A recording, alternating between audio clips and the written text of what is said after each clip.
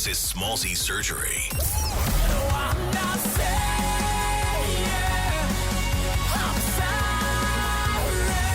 Hey, it's Jared Leto and Smallzy's Surgery right here on Nova. What are you gonna do? You gonna kill me, Mr. J? I'm just gonna hurt you. Really bad. Please welcome Jared Leto.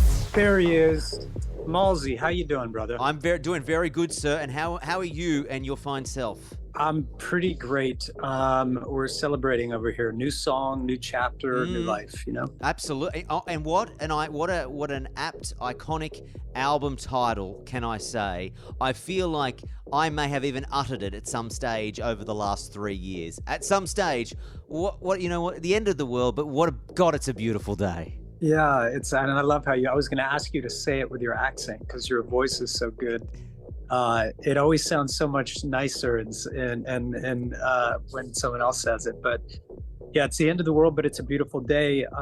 This album was born into COVID, which was such a horrendous time for so many people around the world. But there was a flip side for my brother and I as well. We were in one place, maybe for the first time in our lives.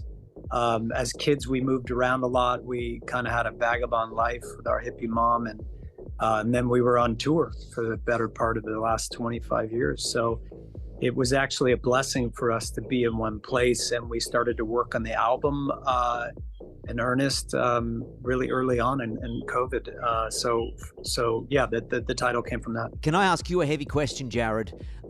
Did you have an existential crisis? So many of us did over COVID. Did you find yourself? Did you have a moment where you were sitting around going, "So now what? What are we doing now?" I did the first few weeks. After I ate all the banana bread and whatever else. Yeah. And made your sourdough starter and you did all that. Yep, yeah, great. Bread, more bread. And we all know, like sitting on the couch plus bread, maybe not a great idea. After I started, I made it through all of Netflix. I got to the end and they said, okay, you've now watched everything. The green tick. I'm watching shows like in Polish and in Spanish and in German and some great shows, by the way. But, yeah, I did a bit of that. And then the great thing is my brother and I started FaceTiming and sending messages and started working on songs. So you can make music, anywhere. So it was a blessing for us. We just got to work.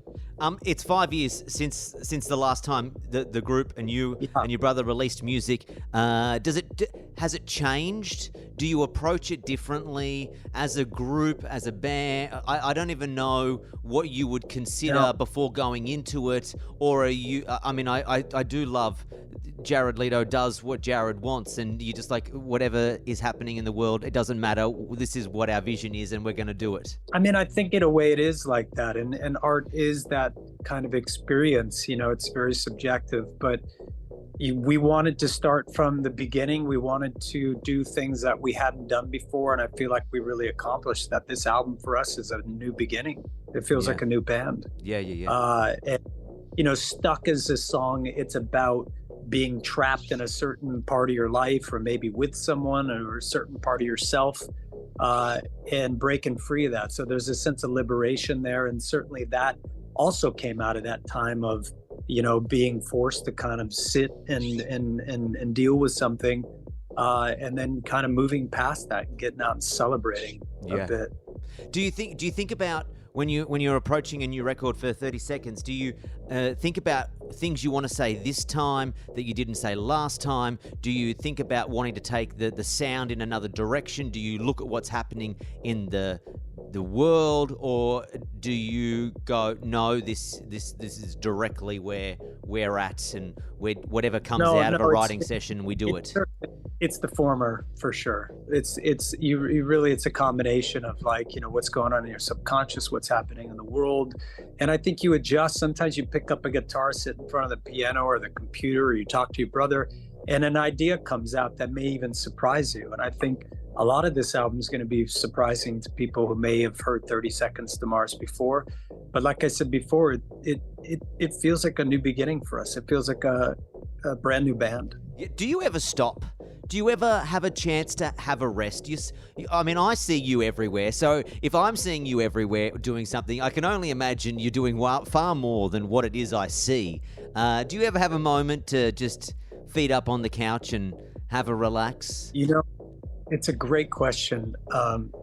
It's a great question. And, if I don't do that, eventually my body just says, fuck you. Yeah. And I I deal with some back issues and other things. And, when I'm pushing too hard and I'm not giving myself any balance, a beautiful word is equanimity. And I learned that in COVID as well. I love that. That's a beautiful word. Say it one more time for me. Equanimity, my friend. Yeah, equanimity. It's balance. It's having a sense of balance in life. And, when I'm working too hard, I know you work really hard as well, and you're going and going and going. Eventually your body will say, stop, you got to slow down.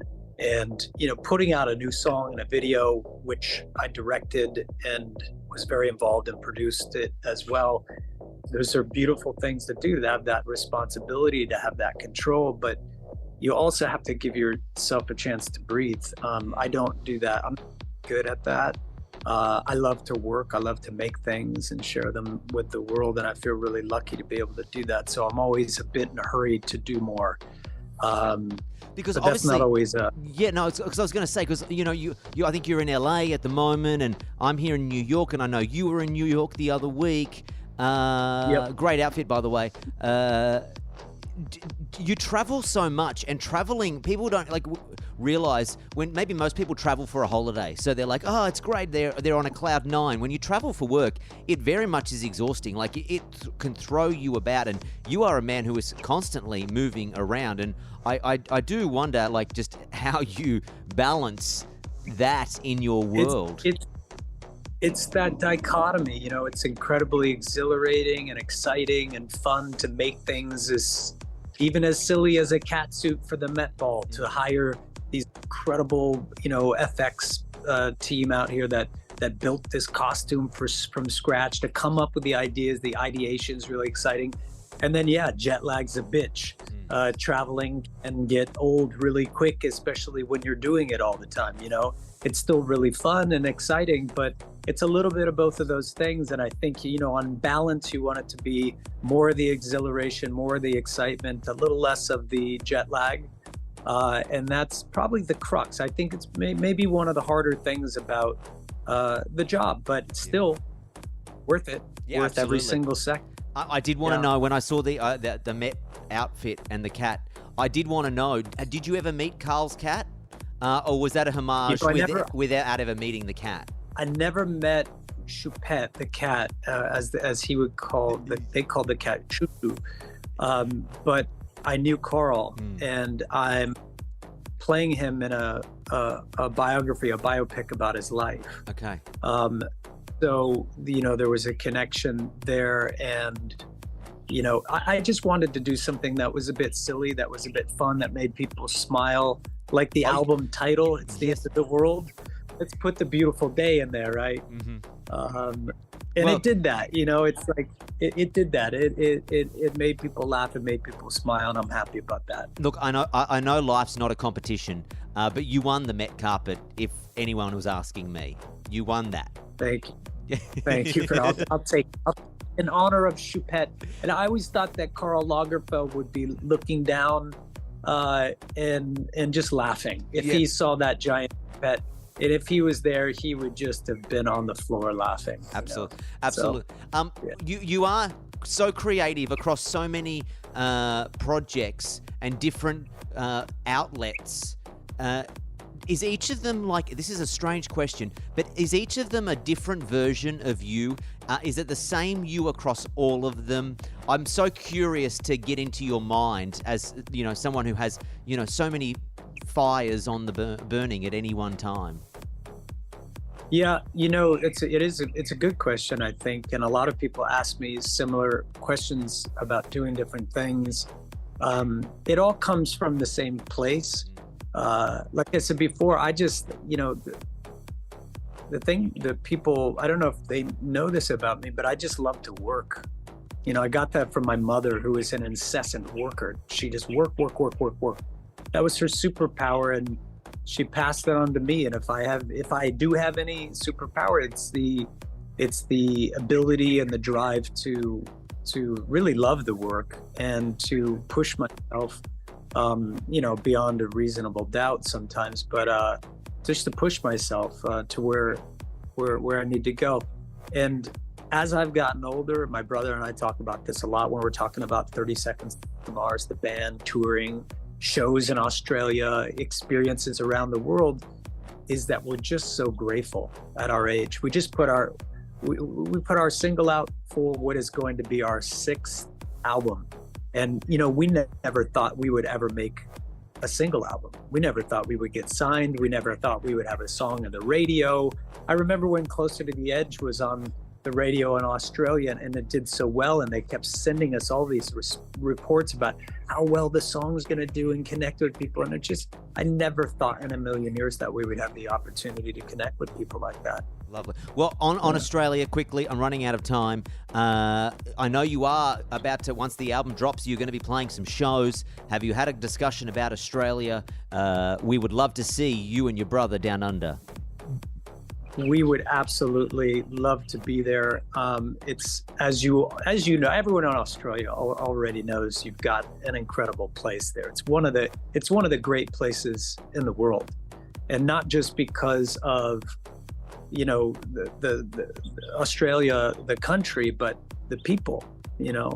I meet people from all over the world. I have Australian friends. I have people that are on my team from Australia, and it's just a special place. So the shows, yes, absolutely, but a chance to come back down to that beautiful country, we're looking for any excuse. So, yeah. Welcome anytime. Let me tell you that. Thank you for your time. Appreciate it. Absolutely, and I hope your jet lag isn't too bad. And New York coming from all the way down there, that's a long flight. It is a long flight. And can I just say, it is so wonderful to do promo with someone as considered as yourself. I enjoy as an interviewer watching a guest react to questions and drive the narrative and have a project that they can speak so openly and from the heart and know what they want to say, because that is the lost art in this day and age, to sit in front of an artist, for them to have any idea what they want to say when talking about their work. So I just want to say thank you to you. Well, Smallzy, I have a lot of gratitude to sit in the chair opposite you, honestly. And it's an easy thing to motivate getting here with you, and it means a lot to us to have the reach and to talk to people that you're able to get us in front of. So very, very grateful to you, brother, and I hope to see you in person.